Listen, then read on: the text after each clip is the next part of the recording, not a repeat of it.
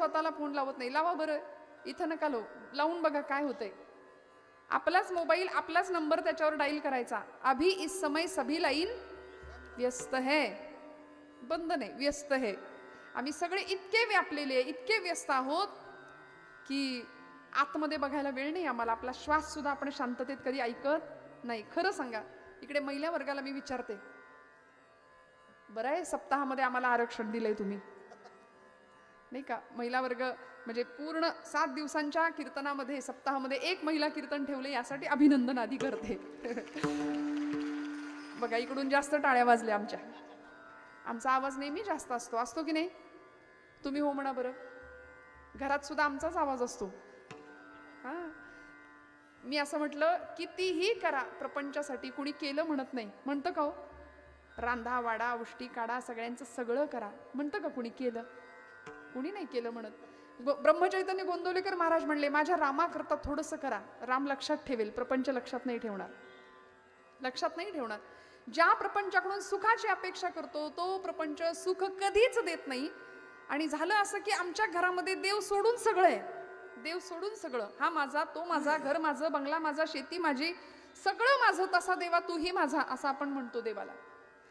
पण मेरे तो गिरीधर गोपाल दुसरा न कोई, हे म्हणायला मीराबाईंसारखं धाडस लागतं.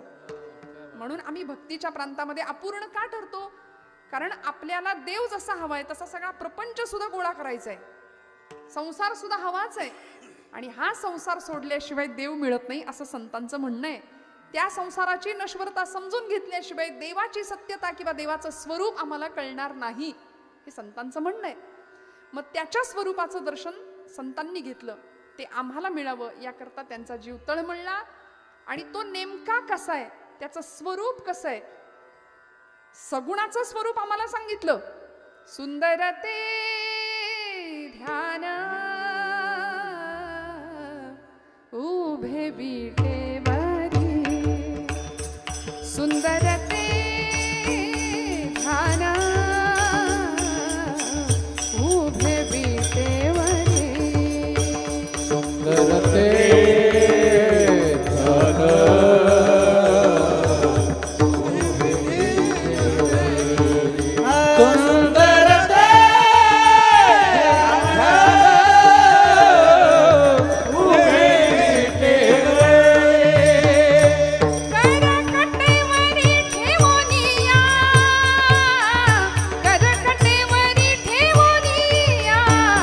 तुळशी हार गळा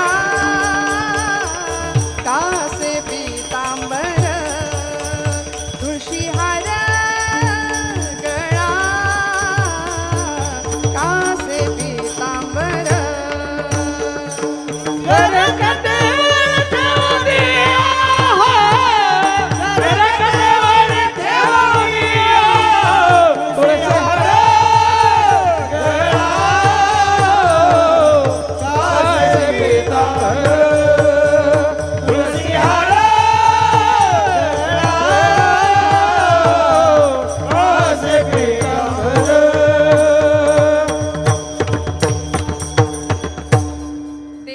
सगुण रूपाचं वर्णन आमच्या सगळ्या संतांनी केलंय. नाथबाबांना विचारलं, देव कसा आहे? कृष्ण मूर्ती होय गे, कळो आली सोय गे, प्राणाचाही प्राणू पाहता, प्राणाचाही प्राणू पाहता, सुख सांगो काय गे, तुळशी हार गळा गे, कस्तुरीचा टिळा गे, तुळशी माळ गळा गे, कस्तुरीचा टिळा गे. रूप सावळे सुकुमार, रूप सावळे सुकुमार, रूप सावळे सुकुमार, रूप सावळे सुकुमार. काणे कुंडल मकराकार, काणे कुंडल मकराकार, मकराकार सुकुमार, रूप सा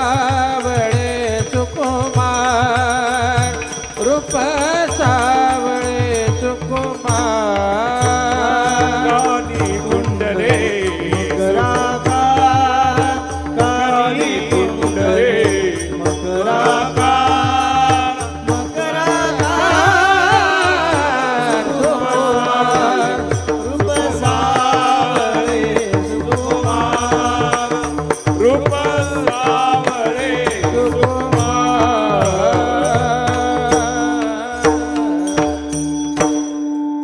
आम्ही ज्या देवाला पाहिले, आम्ही त्याला कुठं पाहतो? आम्ही त्याला विटेवर पाहतो, आम्ही त्याला बासरी घेतलेल्या अवस्थेत पाहतो, आम्ही भोलेनाथांच्या रूपात त्याला पाहतो. देवाच्या सगुण रूपाचं वर्णन शब्दबद्ध केलं आमच्या संतांनी. पण त्यांनी जे तत्व पाहिलं ते निर्गुण होतं, निराकार होतं आणि त्याचं दर्शन त्यांनी घेतलं. कराडचे एक पंत साहित्यातले कवी होऊन गेले, त्यांनी वर्णन केलं देवाचं. बघा कसं आहे परमेश्वर. सजल नीरद श्याम तनू नवरत्न खचित संवर्ण मुकुट शिरपे चतुरावर कलगी विराजित कुटिलान कनिटिलास कस्तुरी तिलक केशरी गंधा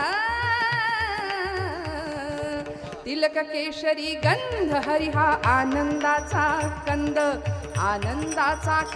हरिहा भक्त सखा गोविंद श्रवणी मनोहर मकर कुंडले फुल्ल गल्ल कर्णात दीर्घ सुप्रसन्न लोचन इंदुवदन तिल पुष्प नासिका कुंदरदन हनु अधर बिंबगत हास्य मंद मंद हरिहा आनंदाचा कंद हरिहा आनंदाचा कंद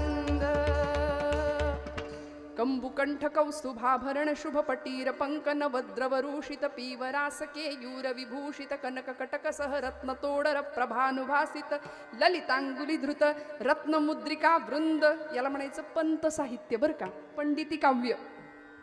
म्हणून आपण फार त्याच्या नाही का फार त्याच्या फंदात पडत नाही. आपण संतांनी जे सोपं सांगितलं त्यामागे आपण लागतो. पण पंडिती काव्यामध्ये भगवंताचं वर्णन केलं, सगुण रूपाचं वर्णन केलं. पण तुकोबराय म्हटले हे सगळं सगुण रूप झालं जे तुम्ही डोळ्यांनी पाहू शकता. पण या पलीकडचं रूप जे आम्ही पाहिलं आणि त्या रूपाचं वर्णन करत असताना तुकोबराय सांगतात, देवा तू कसा आहे सांगू का? अभंगाचं प्रथम चरण. तुझे हे स्वरूप मनवाचातीत तुझे हे स्वरूप हो मनवाचातीत तुझे हे स्वरूप मनवाचातीत तुझे हे स्वरूप मनवाचातीत तुझे हे स्वरूप मनवाचातीत तुझे हे स्वरूप हो मनवाचातीत तुझे हे स्वरूप मनवाचातीत तुझे हे स्वरूप मनोनिया माप भक्ती केले मनोनिया माप भक्ती केले भक्तीची मापे मोजितो अनंता भक्तीची मापे मोजितो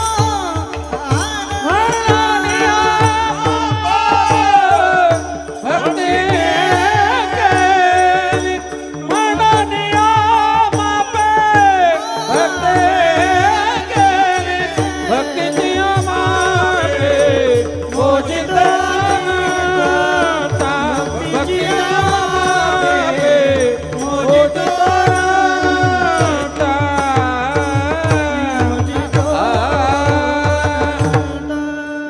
मन वाचातीत तुझे हे स्वरूप म्हणून या माप भक्ती केले. तुकोबराय म्हणाले, देवा तुझ्या स्वरूपाचं जर वर्णन करायचं झालंच तर तू कसा आहेस? मन वाचातीत तुझे हे स्वरूप. तुझं वर्णन वाणीनी करता येत नाही, तुझं वर्णन मनाच्या साह्याने करता येत नाही. जिथं बुद्धी थकते, जिथं मन थकतं आणि जिथं वाणी सुद्धा थकते. तैतरीय उपनिषदकार म्हणाले, यतो वाचो निवर्तन्ते अप्राप्य मनसा सह. म्हणाले वाणी जर देवाचं वर्णन करायला गेली तर वाणी थकून माघारी येते, वाचा थकते, मनाला सुद्धा काही प्राप्त होत नाही. असा तू भगवंत आहेस. भागवताच्या मंगलाचरणामध्ये देवाचं स्वरूप सांगितलं. सच्चिदानंद रूपाय विश्वोत्पत्त्यादि हेतवे तापत्रय विनाशाय श्रीकृष्णाय वयं नुमः. देव सच्चिद आनंद स्वरूप आहे. म्हणून तुकोबराय म्हणतात मन वाचातीत तुझे हे स्वरूप. तुझं वर्णन करायला गेलो की आम्ही थकून जातो, कारण तू त्या सगळ्याच्या पलीकडे आहे. माऊलींना विचारलं, सत्यज्ञानानंत गगनाचे प्रावरण, सत्यज्ञानानंत गगनाचे प्रावरण, नाही रूप वर्ण गुण जेथे, नाही रूप वर्ण गुण जेथे, नाही रूप वर्ण गुण जेथे.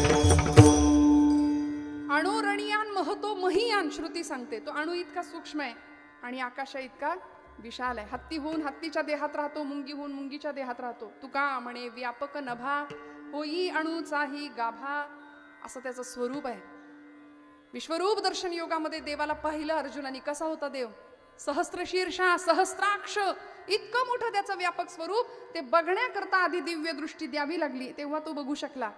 नाही तर पाहणं कुणाचंही काम नाही. अनंतरुबाहू दरवक्त नेत्रम पश्चामि त्वाम सर्वतोऽनंतरूपम नांतम न मध्यम न पुनस्तवादिम पश्यामी विश्वेश्वर विश्वरूपम. ज्याला अंत नाही, आदी नाही आणि मध्य नाही, असा भगवंत आहे. मग त्याचं स्वरूप तुकोबराय म्हणतात आम्ही त्याला पाहिलंय आणि त्याचं स्वरूप सांगतात. मन वाचातीत तुझे हे स्वरूप. त्याच्या स्वरूपाचं वर्णन करायला जेव्हा वेदांनी सुरुवात केली तेव्हा वेद मौनावला अशी अवस्था आहे. श्रुतींना विचारलं, श्रुती नेती नेती म्हणती गोविंदुरे. श्रुतींनी सांगितलं न इति न इति. देव असा आहे का? देव असा नाही. नेमका कसा आहे सांगता येत नाही. म्हणून महाराज म्हणले मनाने तुझं वर्णन करता येत नाही, कारण आमचं मन इतकं नष्ट भ्रष्ट आणि कुलिष्ठ आहे. सगळीकडे धावतं पण इथं येत नाही. सगळीकडे जातं ते.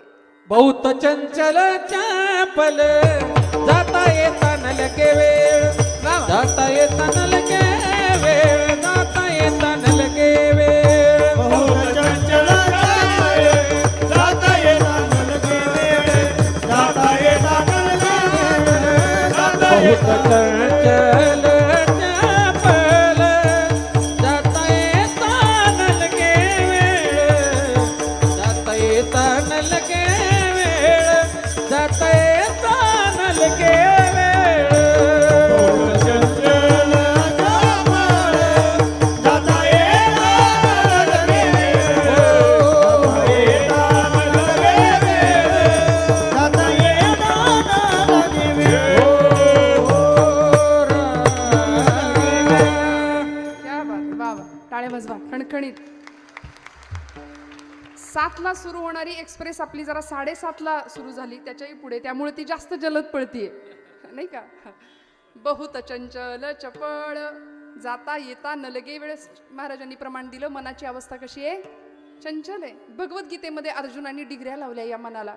चंचलम ही मन कृष्ण प्रमाथी बलवदृढम तस्याहम निग्रहम मन्ये वायोरिव सुदुष्करम. हे मन अत्यंत चंचल आहे. दृढ म्हणजे हट्टी आहे, बलवान आहे, ऐकतच नाही. आई वडिलांच्या तक्रारी असतात. कार्ट आमचं दिवसातनं किती वेळा आई म्हणते, मेला ऐकतच नाही. किती सांगा त्याला. म्हणलं बहिरा आहे का तो? नाही, तसं सगळं ऐकू येतं पण सांगितलेली गोष्ट ऐकत नाही, सांगितलेल्या आज्ञेचं पालन करत नाही. हे मन असंच आहे, सगळं ऐकतं पण इकडे यायला तयार नाही. मनोहि द्विविधम प्रोक्तम शुद्धम च अशुद्धमेवच. एक अशुद्ध मन आहे, एक शुद्ध मन आहे. विकारांनी भरलेलं मन अशुद्ध आहे आणि विकार विरहित मन हे शुद्ध मन आहे. आणि देव कुठं असतो? देव इंद्रियाणाम मनश्चास्मी. जर मनाच्या ठिकाणी देव आहे तर शुद्ध मनाच्या ठिकाणी, सात्विक मनाच्या ठिकाणी तो आहे. कारण हे मन अनेक विषयांचं चिंतन करत राहतं. कीर्तनात सुद्धा खरं सांगा, तुम्ही जागे आहेत का आता? म्हणजे तुम्ही इथं मनाने उपस्थित आहात का? काहींच्या मना अशा हालतायत, नाही.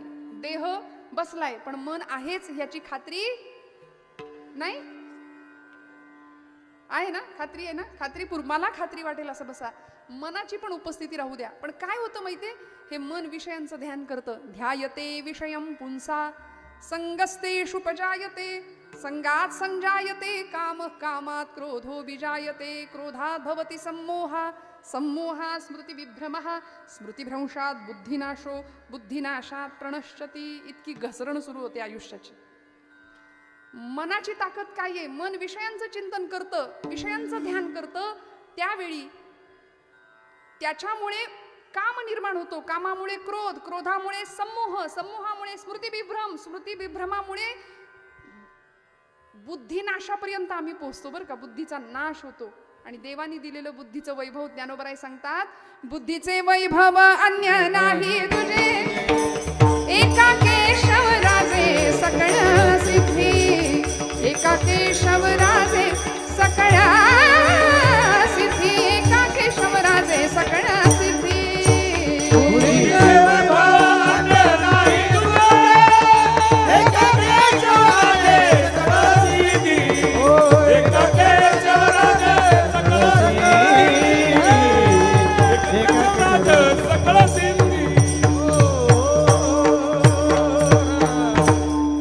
ज्ञानोबराय म्हणले ही बुद्धी आम्हाला त्या केशव राजापर्यंत घेऊन जाते बघा.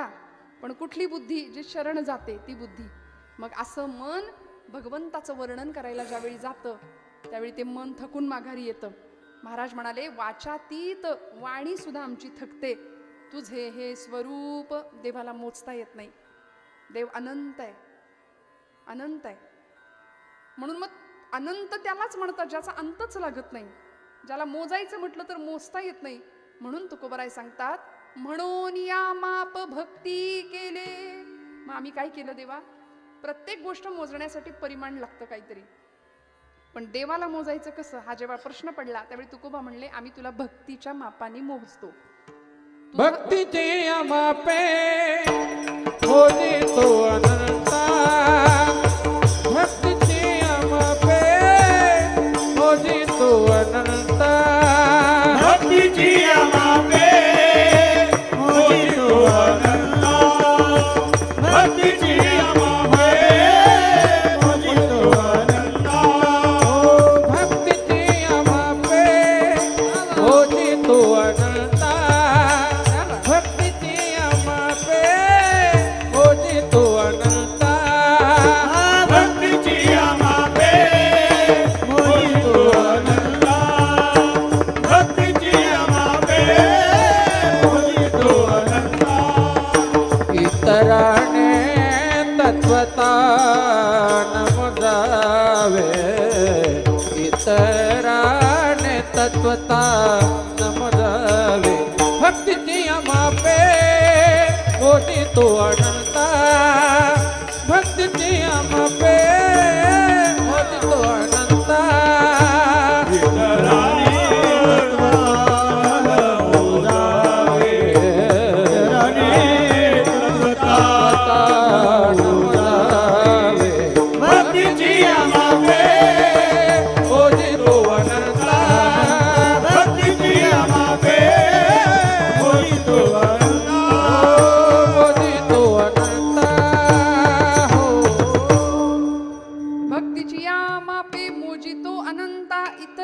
तत्वता न मोजवे तुकोबराय म्हणतात.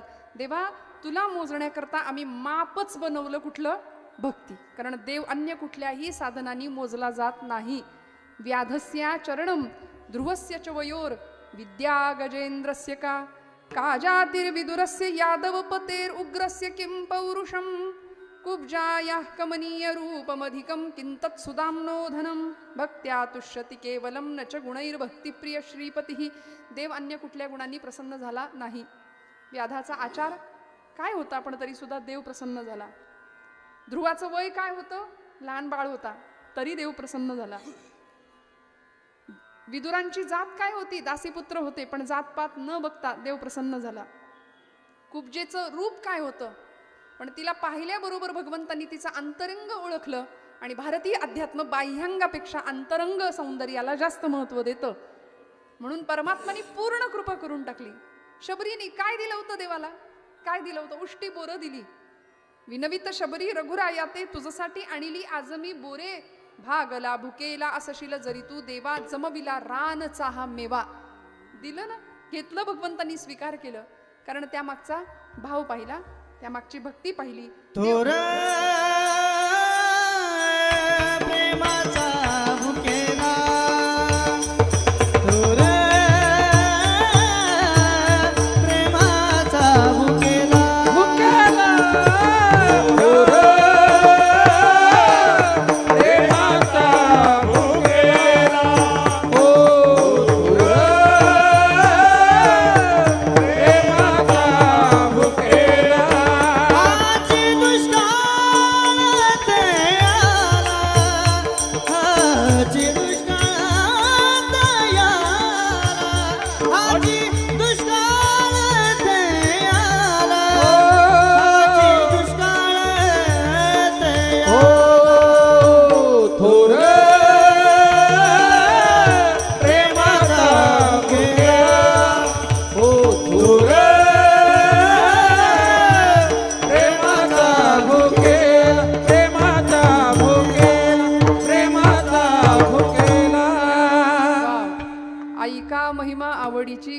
खाय बिल्लटीची थोर प्रेमाचा भुकेला हाची दुष्काळ तयाला. देवाला त्याचा दुष्काळ आहे आणि आम्ही त्याला प्रेम सोडून सगळं द्यायला जातोय. प्रेम सोडून आम्ही त्याला सगळं देतो. देवाला फक्त निरागस निर्लेप प्रेम हवंय आणि संतांनी ते दिलं. आमचं कसं आहे माहिती आहे, आमच्या मनात इतकी शंका आहे ते आम्ही उपास करतो. आता महाशिवरात्र पर्व काळ आहे, महाशिवरात्रीला सगळे उपास करणार आपण. महाशिवरात्रीच्या निमित्ताने प्राचार्य शिवाजीराव भोसले नाव महाराष्ट्रातलं व्याख्यान क्षेत्रातलं आपण सगळ्यांनी ऐकले. प्राचार्य असं म्हणायचे, आम्ही इतके अशी माणसं आहे ना, अध्यात्म सुद्धा असं करतो. महाशिवरात्रीच्या उपासा दिवशी त्या भोलेनाथाला असा प्रश्न पडत असेल, हे त्यांची वाक्य आहेत प्राचार्यांची. ते म्हणायचे, त्या भोलेनाथांना प्रश्न पडत असेल की हा मानव नावाचा प्राणी पृथ्वी तलावरचं सगळं अन्न आजच्याच दिवशी खातोय की काय. इतकं ताट भरलेलं असतं, खरं सांगा असतं की नाही. एरवी नाही पण त्या दिवशी. म्हणजे आम्ही फराळ म्हणतो त्याला. फराळ नाव उच्चारताना सुद्धा तोंड गरगरीत होतंय आमचं. हंगामाप्रमाणे फळफळावर सगळे असतेच, बाकी सगळं ड्रायफ्रुट्स काजू बदाम मनुके सगळं ताटात आम्हाला त्या दिवशी लागतं. मग याच्यामध्ये उपवास हे बाजूला राहतं आणि फराळ होतो नुसता. बरं ती शेंगदाण्याची आमटी आणि तो वरीच्या तांदळाचा भात भगर, ते किती आमट्या रिचवल्या भातात याचा पत्ता नाही लागत. सगळं कॉन्क्रीट जाम होतंय तरी सुद्धा दिवसभर चेहरा असा असतो जणू काही गिळलंच नाही आम्ही. उपास आहे उपास आहे उपास आहे. मग याकरता उपास नाहीये, याकरता नामस्मरण नाही. देवाला काहीच नाही लागत यातलं. देव काही नाही बघत. तुमचं रूप गुण वय तुम्ही काय कर्मकांड करतात त्याच्याकडे देवाचं लक्ष नाही. ते करण्यामागची तुमची भक्ती पाहणार आहे. आणि आमचं इथंच अडचण येते की आम्ही संशयी माणसं आहे. आम्ही नको तिथे तरकट विचारसरणी फार अवलंब करतो. बघा आजची काही अशी सामाजिक मानसिकता आहे, काही अशी पिढी आहे, काही असा वर्ग आहे. आम्हाला म्हणतो, ताई काय तुम्ही सारख्या पुराणातल्या गोष्टी सांगता. आमचं लॉजिक सुरू झालं की तुमचं मॅजिक बंद होतं. म्हणले काय पुराणातल्या गोष्टी. अरे म्हटलं तुझं लॉजिक बाजूला ठेव. कधी कधी यांच्या बुद्धीवरनं मीठ मोहऱ्या वळून टाकाव्यात मला असं कधी कधी वाटतं. असा यांचा डोक्याचा विचारांचा प्रवाह असतो. वारीच्या काळामध्ये पर्व काळामध्ये एक आजोबा होते बरं का, 70 वर्षाचं वय असेल आणि नातवाला खांद्यावर घेऊन चालत होते. निष्ठा, प्रचंड पांडुरंगावर प्रेम, फक्त भक्तियुक्त अंतःकरण आणि मैलोन मैल पायपीट चालू आहे. बरं आता या गर्दीमध्ये हौशे गवशे नवशे सगळे असतात. मग त्याच्यामध्ये रील बनवणाऱ्यांची संख्या अलीकडे खूप असते, रील बनवून घेणाऱ्यांची संख्या खूप असते. सोशल मीडियाचा काळ आहे. एक तरुण कार्यकर्ता होता आणि त्यांनी त्या आजोबांची मुलाखत घ्यायची ठरवली. तो आला समोर, असा मोबाईल कॅमेरा धरला, म्हणाला, बाबा किती वर्षापासून वारी करताय तुम्ही.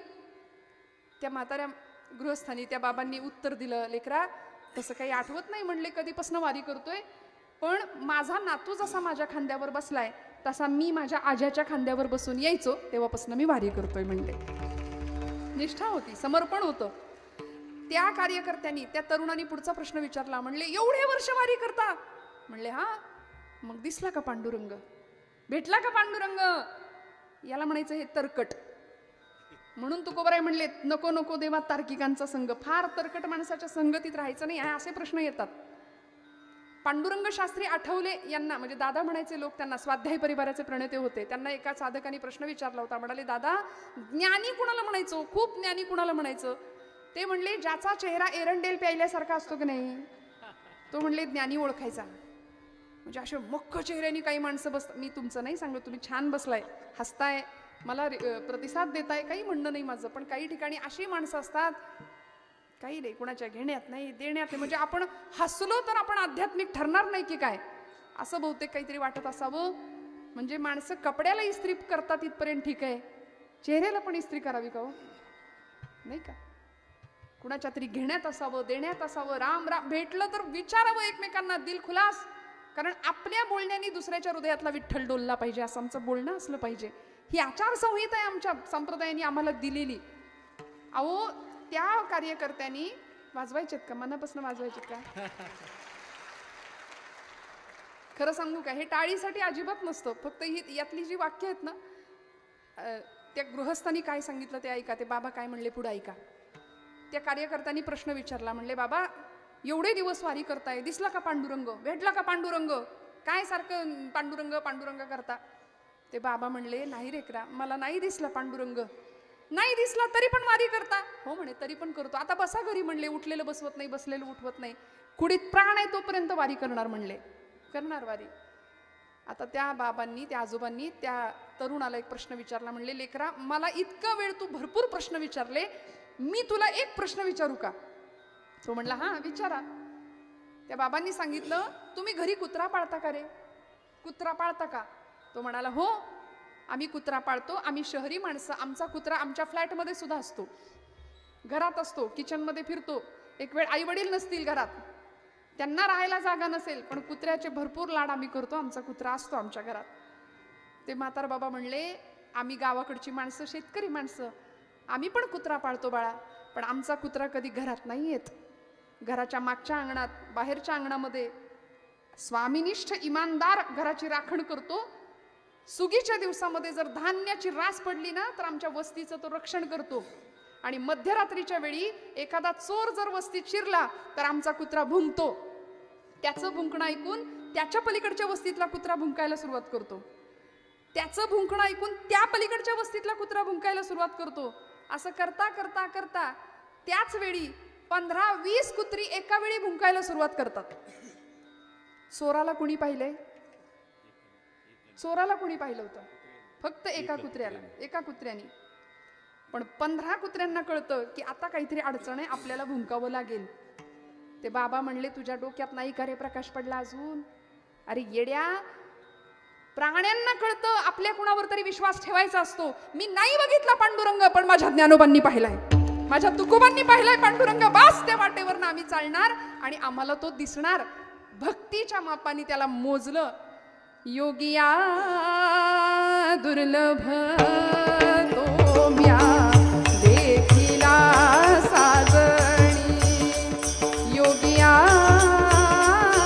दुर्लभ तो म्या देखिला साजणी. योगिया दुर्लभ तो म्या देखिला साजणी, योगिया दुर्लभ तो म्या देखिला साजणी. पाहता पाहता मनान पुरे धणी, पाहता पाहता मनान पुरे धणी, देखिला देखिला माये देवांचा देव हा, देखिला देखिला माये देवांचा देव. हो देखिला देखिला देवाचा देव, देखिला देखिला देवाचा देव, देवाचा देव. परिणाम काय झाला? देवांचा देव आम्ही पाहिला, जो योग्यांना कठीण होता बघणं, तो आम्ही पाहिला. ज्ञानोबराय सांगतात परिणती काय? फिटला संदेह निमाले दुजे पण, फिटला संदेह निमाले दुजे पण, देखिला देखिला माये देवांचा देव. भक्तीची या मापे मोजितो अनंता.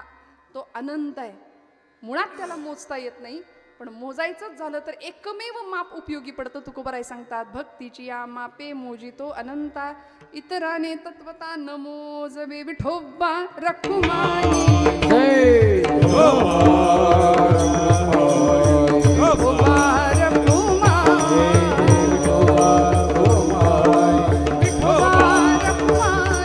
विठोबा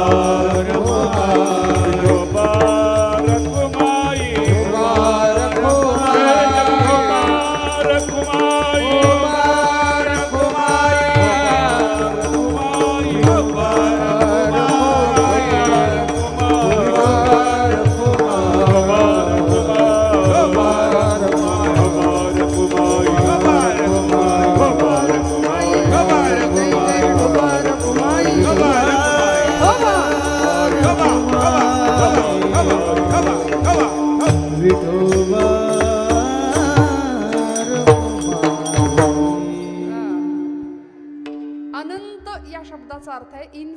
म्हणतात, त्याला मोजता येत नाही, त्याची गणना करता येत नाही. आपण त्या देवाला काय म्हणतो? अनंत कोटी ब्रह्मांड नायक. अशी अनेक ब्रह्मांड आहेत.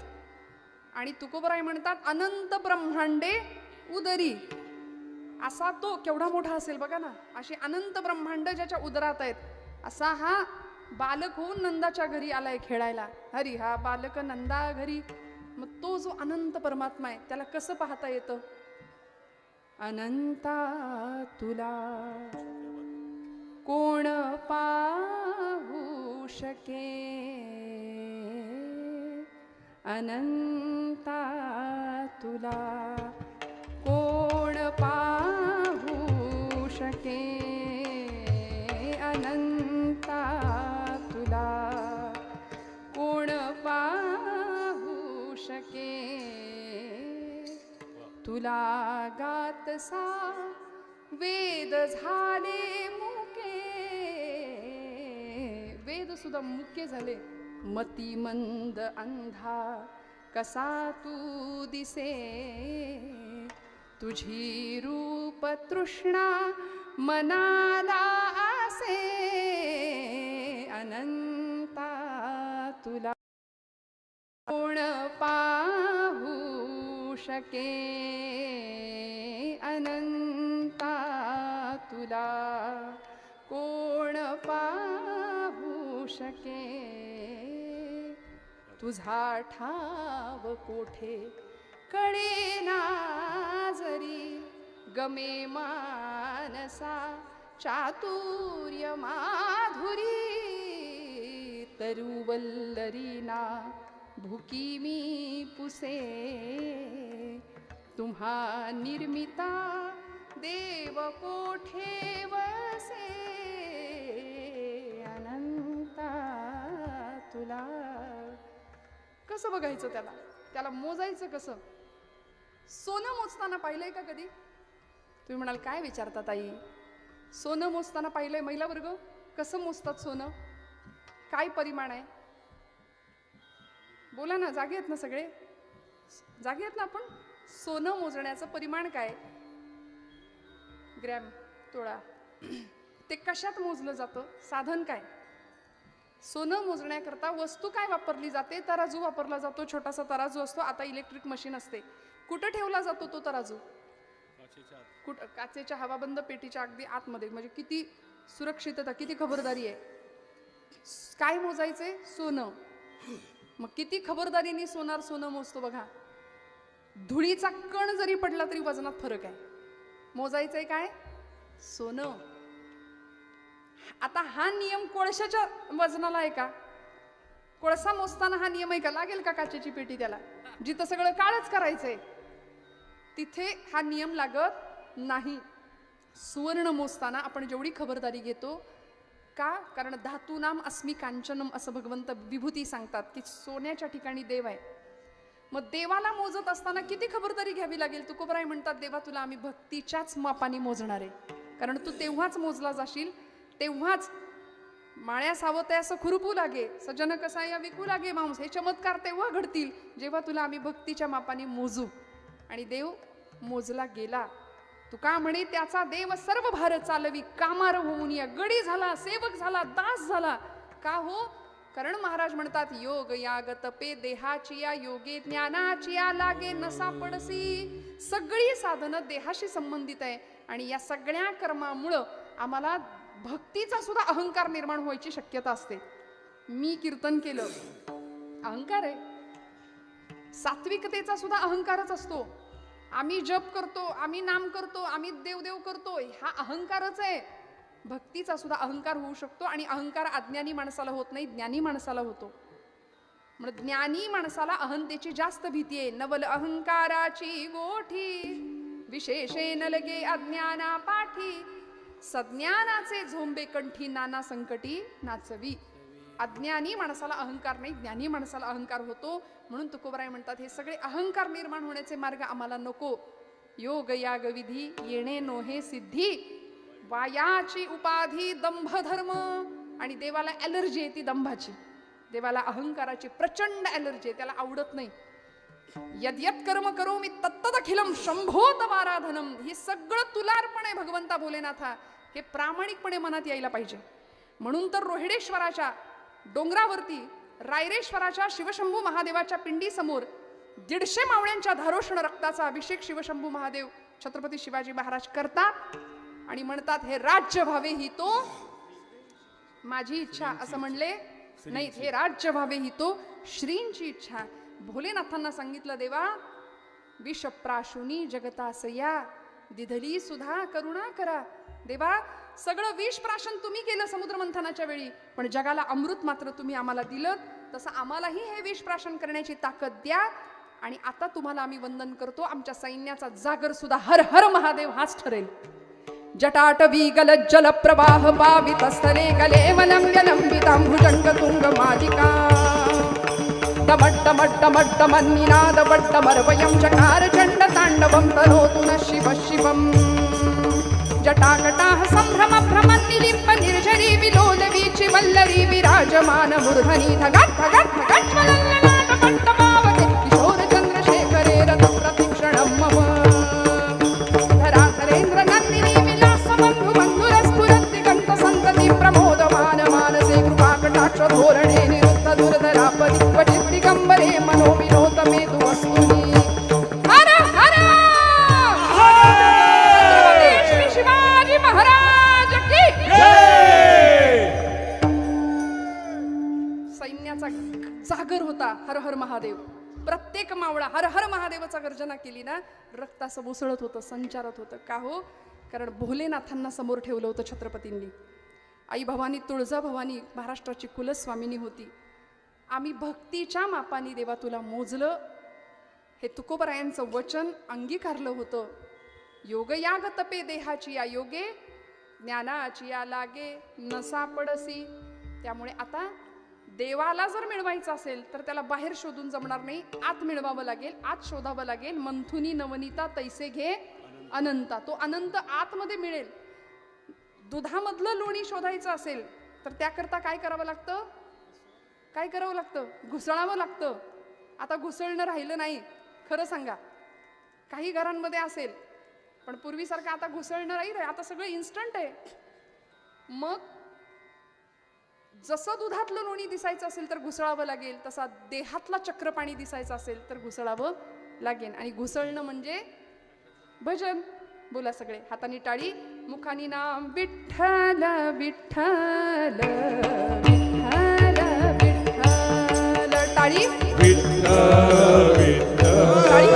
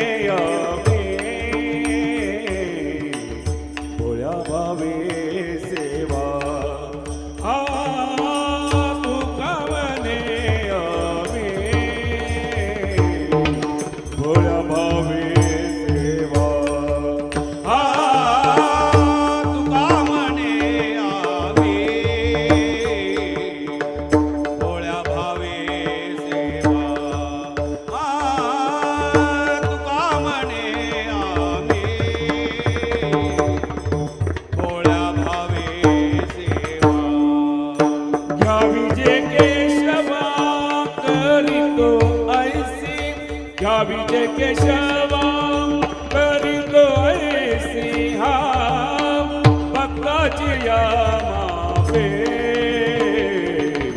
मोजितो अनंता हा भक्ताची या मापे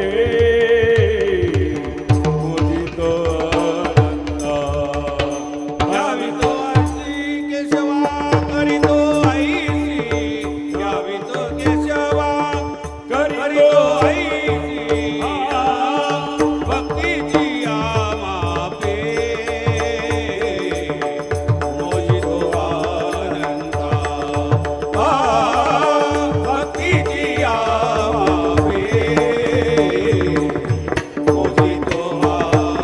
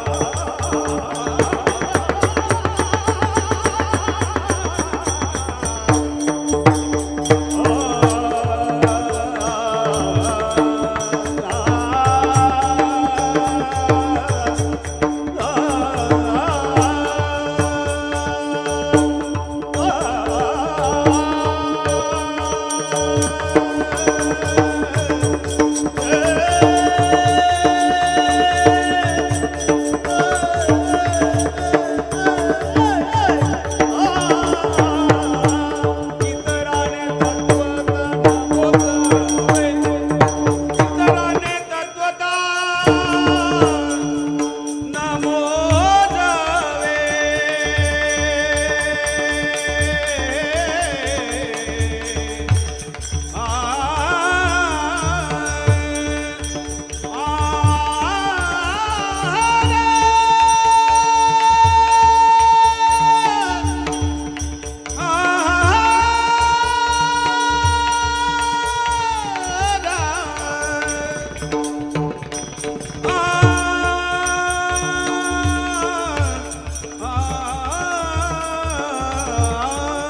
इतराने तत्वता न मोजावी इतराने तत्वता न मोजावी हा भक्ताची या मापे मोजितो आनंदा हा भक्ताची या मापे मोजितो आनंदा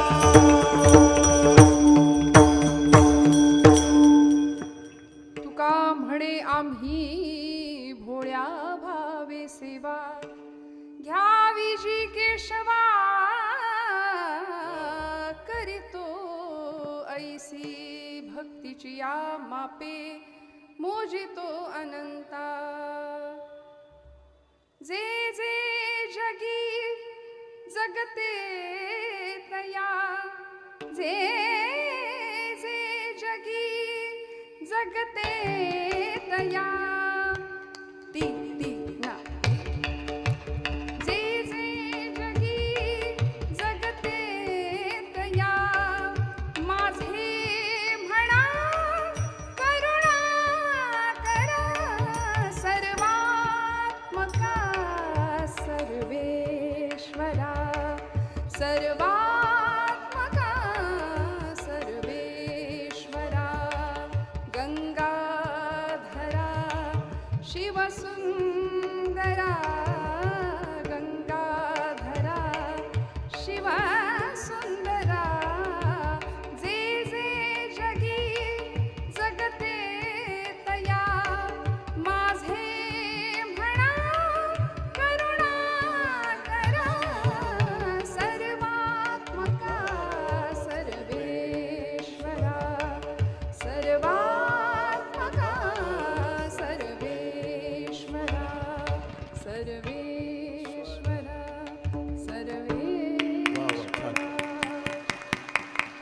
परमेश्वराकडे एवढीच प्रार्थना करावी, देवा आम्हाला आपलं म्हणून स्वीकार, नाही का? भक्तीच्या मापाने तो मोजला जातो. तुकोबरायांचं उत्तर आहे. तुका म्हणे भोळ्या भावे सेवा घ्यावी जी केशवा करीतो ऐसी. देवा आमची सेवा ही भोळ्या भावाची आहे. बघा, देवाला भोळा भावच आवडतो. भोळं म्हणजे वेडं नाही. आपण म्हणतो काय भोळं आहे, भोळं म्हणजे येडं नसतं. ज्ञानानंतरची आलेली ती सहजता असते. भोळा भाव म्हणजे वेडा भाव नाही, भगवंताला तोच आवडतो. आणि सेवा सांगितली तुकोबरायांनी. या स्वराज्याचे एक इंजिनियर होते, हिरोजी काका इंदलकर. काय केलं हो? रायगडाचं बांधकाम केलं. राजांनी बोलावून घेतलं, काय बक्षिसी द्यायची? हिरोजी काका म्हणाले, राजा काहीच बक्षीस नको, माझ्याकडून सेवा घडली आहे, मला एकच द्या. पूर्ण बांधकाम झाल्यानंतर या रायगडाच्या पायथ्याला एक चिरा बसवतो माझ्या नावचा, त्याच्यावर फक्त नाव लिहितो, काय? सेवेचे ठाई तत्पर हिरोजी इंदलकर. उद्या भविष्यामध्ये हजारो मावळे तुमच्या दर्शनाला ज्यावेळी या पायऱ्या चढून येतील, त्यावेळी माझ्या नावावर, माझ्या चिरावर हजारो मावळ्यांच्या पायाची धूळ पडेल, त्यावेळी माझं जीवन सार्थकी होईल.